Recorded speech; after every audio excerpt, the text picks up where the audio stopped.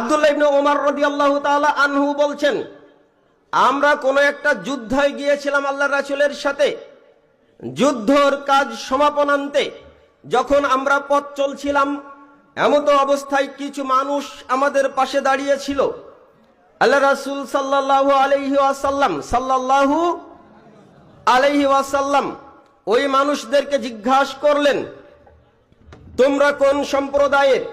তখন ওই মানুষগুলো বলল, আমরা মুসলিম সম্প্রদায়ের। আমরা লক্ষ্য করলাম তাদেরই পাশে একজন মহিলা পাতিলের নিচে আগুন জ্বালাচ্ছিল, অর্থাৎ চুলায় আগুন জ্বালাচ্ছিল, আর তার পাশে তার ছোট্ট মাসুম বাচ্চাটা বসা ছিল। হঠাৎ আগুন জ্বালানোর সময় চুলা থেকে একটা আগুনের স্ফুলিঙ্গ বেরিয়ে আসাতে মহিলা দ্রুত তার বাচ্চাকে সরিয়ে নিল। এরপরে মহিলা আমাদের কাফেলার সামনে আসলো, তখনও পর্দার বিধান আসেনি। মহিলা এসে আল্লাহর রাসূলকে বলছেন, আপনি কি আল্লাহর রাসূল? তখন নবী সাল্লাল্লাহু আলাইহি ওয়াসাল্লাম বললেন, হ্যাঁ আমি আল্লাহর রাসূল। মহিলা তখন বলছেন, আমার বাবা মা আপনার শানে কুরবানি হোক, আপনার কাছে আমার কিছু জানার ছিল। কি কথা? মহিলা বলছে, আপনি বলেন, গোটা পৃথিবীর ভিতরে সব থেকে দয়াবান, সব থেকে দয়ালু, সব থেকে মেহেরবান কি আল্লাহ নন? আপনার কি মনে হয়? বিভোর হয়ে গেলে হবে না, কথার উত্তর করতে হবে, রেসপন্স করতে হবে। মহিলা বলছে, গোটা পৃথিবীর ভিতরে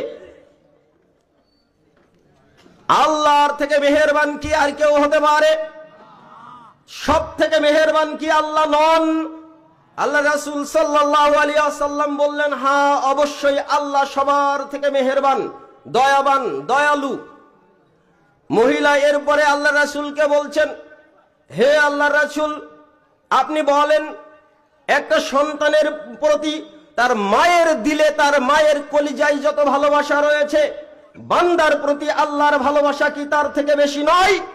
আল্লাহ রাসূল সাল্লাল্লাহু আলাইহি ওয়াসাল্লাম বলছেন, হ্যাঁ অবশ্যই বান্দার প্রতি আল্লাহর ভালোবাসা বেশি, মায়ের দিলে যত ভালোবাসা আছে তার থেকেও বেশি।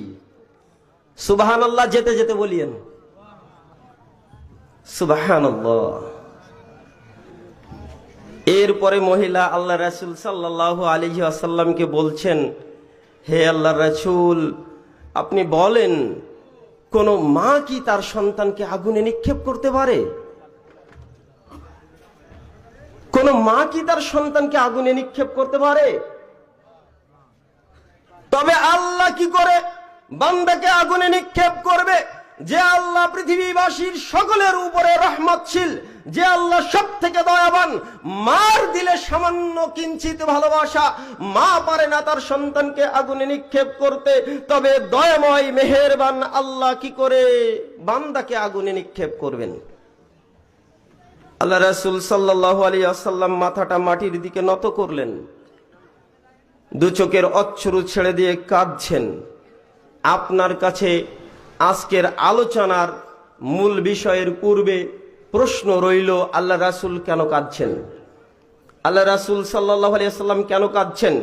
আজকের সামগ্রিক এই আলোচনা থেকে আপনাকে এই বিষয়টা আবিষ্কার করতে হবে।